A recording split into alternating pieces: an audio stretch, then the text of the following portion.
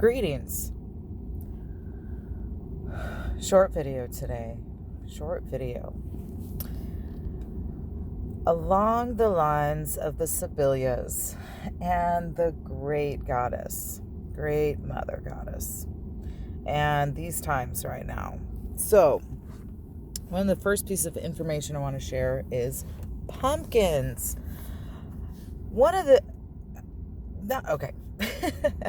Pumpkins. Yes, this is the time of year for pumpkins. And this is also the time of year of holidays. What is left out in many cultures, specifically the Western culture, is the truth behind a lot of these practices in these days. And that there is a lot of magic that is actually used, a lot of energetic magic that is used in order to perpetuate the mind and need control, emotional control, basically of the world for money. Okay, to bring it down to microcosms, each one of us are going through our own clearing and seeing of our own healing needs, emotional needs. That is the microcosm of the macrocosm in order to help it heal and to bring some health, more health to the world. So one of the things I want to, speaking of that, one of the things I figured out, so to speak, is pumpkins. So, I don't know how many of you all actually eat or do anything with the pumpkins that you get for Halloween, carve and such. Do you use the seeds? Do you keep the pumpkin? Do you keep a pumpkin, or is it that you get the canned kind of pumpkin? Well, I've been curious, and I've always thought it was this weird kind of thing, because isn't pumpkin a food? We have like pumpkin pie, and we have pumpkin bread and all these pumpkin things. Well, obviously it comes from pumpkins. How come we don't do it? So, with a little investigation, roasted some pumpkins and made some puree and homemade pumpkin pie and all this fun stuff. My partner made it, which was super cool. Also, a couple of days ago, re-roasting to make some more puree, and this craving, just smelling it and seeing it, I was just like, don't puree some of it, just leave it. I'm going to put some butter on it and eat it. So as I eating it, first of all, it is amazingly delicious if you haven't done that. First,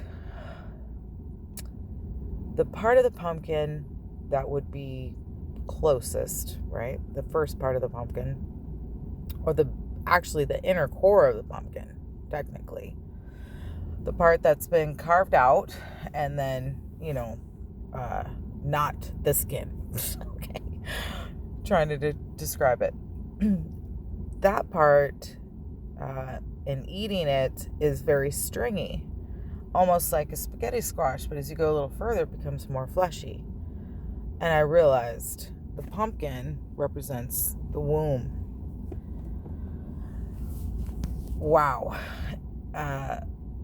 There is a lot of magic in the natural health of a pumpkin.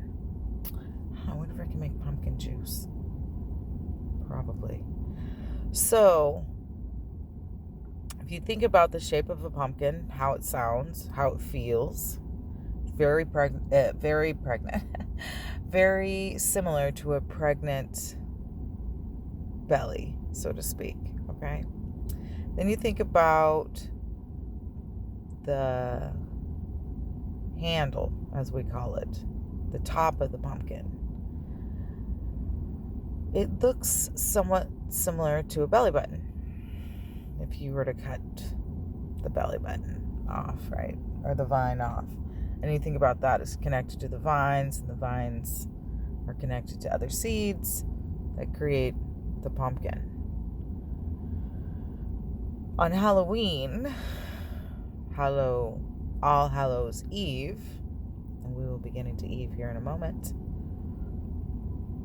we, in this culture, buy a bunch of pumpkins, carve them out, make faces with them, typically scary faces, and then throw the pumpkin away.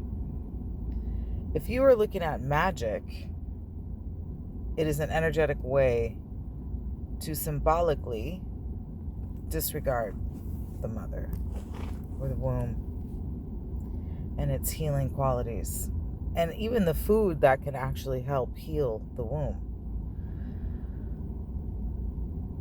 Esoterically, spiritually, downloads from the Great Mother. Many people already know the stories of Enlil/Lilith or Enki/Lilith. That's something that just came to me in research. However, the message is, if you spell Enlil backwards, you have Lilin. If you take a lot of names and spell them backwards, you get a lot of information as to the secrets that lie behind them. With that said, recent downloads have inspired the speakings of the first sisters that first came to the planet to help stabilize and solidify Terra, which is now called Gaia by many people, and her name is ever changing, this planet Earth. Marduk had 2 daughters, and because they knew the truth, were quote unquote kicked out of heaven. So then there's Eve. Where did Eve come from? How did she become created? The daughters of Eve are the daughters of patriarchy. Eve is the daughter of patriarchy because when Marduk murdered his mother, Marduked and Marduked his wife for their creative powers and the desire to be worshipped over being honored, he created Eve. And she worshipped him. He specifically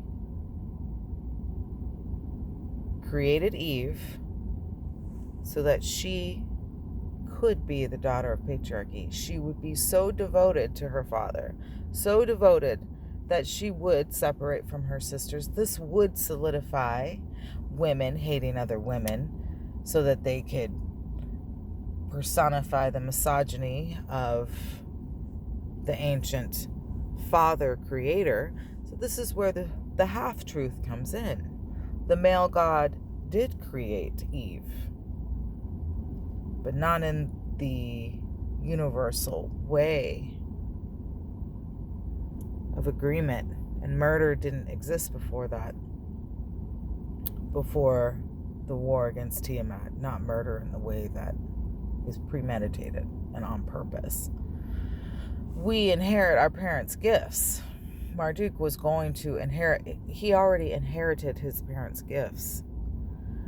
Always throughout the universe, and to this day, unbeknownst to us, whether we want to or not, is the feminine. Always, always the creatrix power of the great divine mother. And all the stories relate every single deity back to one time being a female before they were male. So, and even Eve herself did not know that she was created as a tool for patriarchy. That this father she loved so much, worshipped so much, created her specifically as a tool to be used. the true beginning of narcissism and control. Created his daughters, worship and love. But she knows now. And her sisters are reuniting. And she is going to make sure that everyone who has believed that these lies were true, specifically Rome, they're going to know about it. She's not happy about finding out that she was created to be used as a tool against women. That's my report. Be well, eat well, hug yourself, love yourself, trust yourself.